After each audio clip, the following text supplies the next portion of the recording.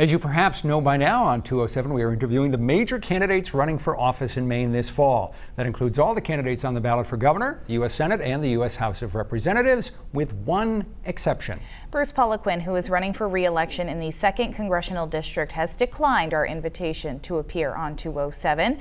With us tonight is the Democratic candidate in that contest, Jared Golden. As a U.S. Marine, Jared Golden served in Iran and Afghanistan. He is now the Assistant Majority Leader in the Maine House of Representatives. Thanks for being here. Good to have you with us. Good to be here again. Let's talk about what an odd political year this is. Normally, the number one issue for people, the economy, healthcare, education, something like that. This year, according to the polls, for a lot of voters, the number one issue is Donald Trump. What do you think of the job Donald Trump is doing? Well, that's just not true. The polls are entirely focused here in Maine's 2nd Congressional District on healthcare. That is, without question, top of people's mind here in this community. That's what we're hearing at doors. That's what people are talking about when they're polled. I think normally it would be about the economy, but in this instance, healthcare and the economy go hand in hand. Let's talk healthcare in a sec, but what do you think of the job Donald Trump is doing? Well, I think that when I'm in Congress, I'll approach this just like I did with Governor Paul LePage, which is stand up to him when necessary, work across the aisle with him whenever possible. Healthcare is such a huge, sprawling issue, an enormous part of the economy. What can one member of the House, one of 435, do to really change the way this system works? Well, I think you got to be a voice within your own caucus. You got to find ways to try and work across the aisle and pull some Republican votes along on some kind of good, positive reform. Here's a good example right here. No rational reason why Congress has not said to Medicare and Medicaid programs that they can go ahead and negotiate with drug companies for lower prices. Congress allows the Department of Veterans Affairs to do that. They've got a great drug benefit for our veterans. Let's now give it to our seniors and other Americans using Medicare and Medicaid. Do you think the federal government should raise taxes on the wealthy?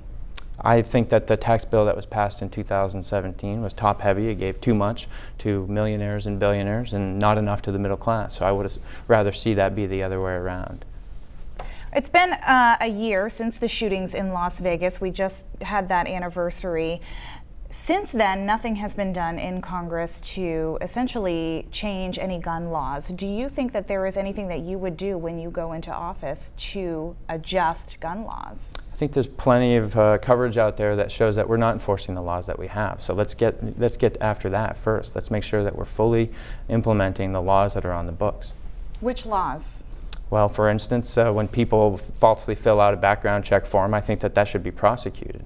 There's strong evidence out there that that's not the case, that many of these instances go without being prosecuted. Therefore, there's very little deterrent to falsely fill out those forms. The U.S. economy right now is doing well. Much of the 2nd District has not shared in that prosperity. It has struggled, many parts of the district have struggled for decades.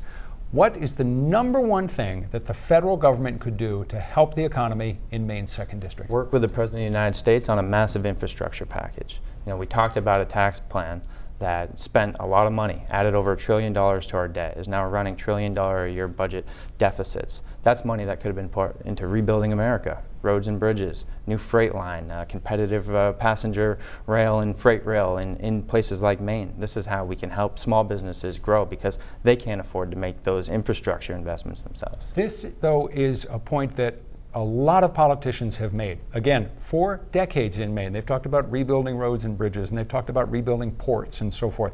And it hasn't really moved the needle in the 2nd District. Why would it now when it hasn't in the past? Well, because Congress is dropping the ball. Maine is not a cash-rich state, and I served 2 years on the Transportation Committee. We've been underfunding our road and bridge maintenance by about $160 million a year. Now, voters keep approving these $100 million transportation bonds, which is a poor way to do infrastructure improvements and investments, like swiping a credit card to pay for that. But that's just because Congress is not doing its job. I think that this is a clear example where it's the federal government that can make these big investments in rebuilding America. We did it in the past. We need to do it in the 21st century.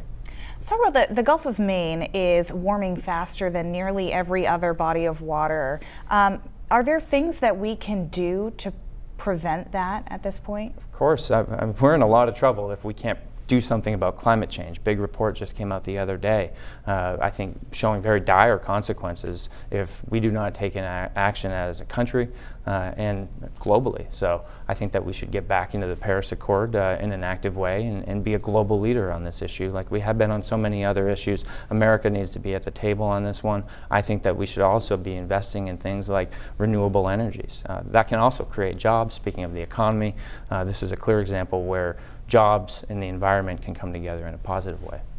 President Trump has proposed creating a space force. What do you think of that idea? Well, I think that throughout our history, investments made through the Department of Defense on behalf of national security have led to many new technologies. The internet is a perfect example of that. So I think that getting out into space and increasing our research and development is very important, and there's a positive role to be had there. All right, that's the final word.